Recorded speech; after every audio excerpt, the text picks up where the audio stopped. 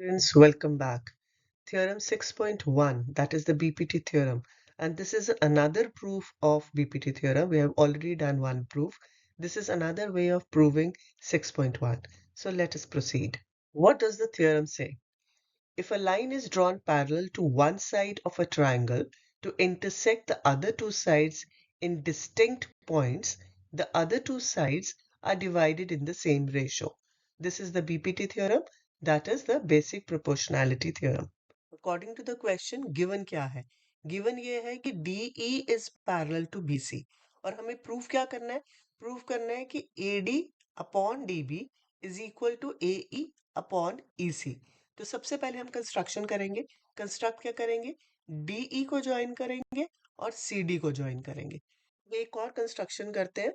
हम कंस्ट्रक्ट कर रहे हैं DM which is perpendicular to AC. Also we are constructing EN which is perpendicular to AB. ठीक है, ABC ट्राइंगल है, इसमें AB के ऊपर परपेंडिकुलर ड्रॉ कर रहे हैं E से, तो वो N पर आ रहा है, और D से परपेंडिकुलर ड्रॉ कर रहे हैं AC पर, तो वो M पर आ रहा है। ठीक है, ये दो परपेंडिकुलर्स ड्रॉ करेंगे and these perpendiculars will help us find the areas.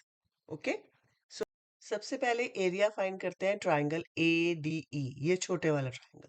ठीक है, और उसका एरिया क्या होगा? हमें फॉर्मूला मालूम है, हाफ बेस इनटू हाइट। इसमें हम बेस ले रहे हैं AD को। ठीक है, अगर मैं AD को बेस ले रही हूँ तो इसके ऊपर हाइट क्या होगी? EN, right? तो मेरे पास एरिया क्या आ जाएगा? Half into AD into EN। AD क्या है? बेस, और EN क्या है? हाइट। तो ऐसे यूज करके मैं बाकी एरियाज में निकालूंगी, और वो क्या आएंगे? यस, और बाकी एरियाज हमारे पास आ जाएंगे।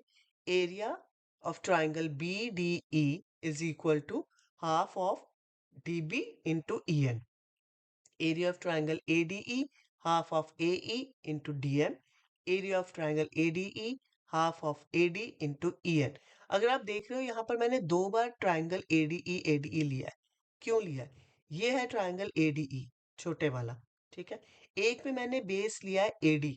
अगर मैं AD बेस ले रही हूँ तो मेरी हाइट क्या होगी? EN। तो मेरा ये आ जाएगा, area of triangle ADE is equal to half into AD into EN। ठीक है, और अगर मैं AE को बेस ले लेती हूँ तो मेरी हाइट क्या हो जाएगी? DM। तो मेरे पास आ जाएगा ये half of AE into DM।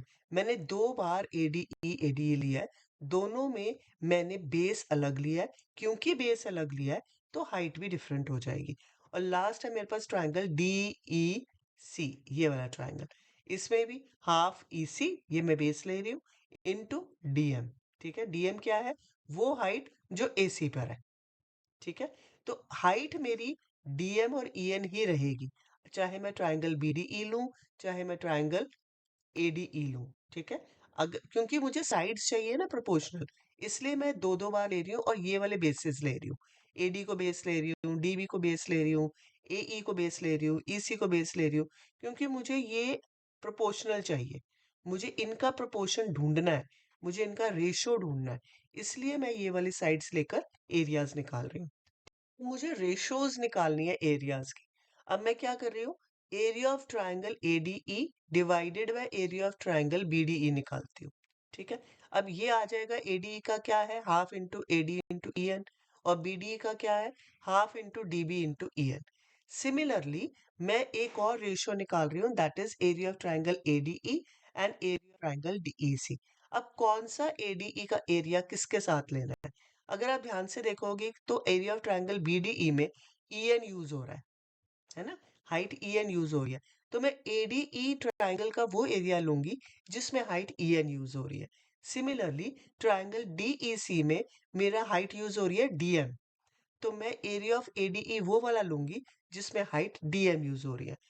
Very nice, मेरा हाफ हाफ से कट गया, EN से कट गया, हाफ हाफ से कट गया, DM से कट गया।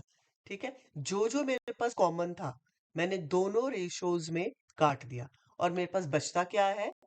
यस, और मेरे पास बच गया है area of triangle ADE upon area of triangle BDE। क्या बन गया मेरे पास? AD अपॉन DB, और इधर area of triangle ADE upon area of triangle DEC क्या बच गया? AE upon EC। ठीक। अब एक बहुत इंपॉर्टेंट कॉन्सेप्ट है जो आपने पहले भी किया हुआ है। ये ट्राइंगल्स देखो, बी डी ई, ये वाला ट्राइंगल, ठीक है, और दूसरा है डी ई सी, ये वाला ट्राइंगल। अब ये दोनों ट्राइंगल जो है सेम आपके पैरेलल लाइंस में है, और बेस भी उनका डी ई सेम है ना। ये डी ई बी ये वाला ट्राइंगल है, ये डी ई सी ये वाला ट्राइंगल है, डी ई कॉमन हो गया, राइट। और पैरेलल लाइंस के बीच में भी है। अगर पैरेलल लाइंस के बीच में है और बेस सेम है, तो मेरा area of triangle B D E will be equal to area of triangle D E C. ये दोनों एरिया जो है मेरे इक्वल हो जाएंगे, और इससे क्या होगा? Yes. So the final conclusion is AD upon DB is equal to AE upon EC. ठीक है। अब ये हमारा फाइनल कंक्लूजन हो गया। तो इसका मतलब क्या है? इसका मतलब है ये वाली लाइन ए बी को हम कह सकते हैं A D upon D B, and जो ऑपोजिट साइड ये वाली साइड है ए सी, उसका क्या है? A E upon E C. तो ये बराबर है, मतलब ये वाली लाइन डी ई अगर पैरेलल है BC के, then DE intersect AB and AC at 2 points such that the points divide the line into equal ratios. The line parallel to one side divides the other two sides in the same ratio. So this completes the proof of the BPT theorem. I hope you have understood. Thank you all. Keep exploring. And please, if you have any doubts, do write in the comment box. Thank you.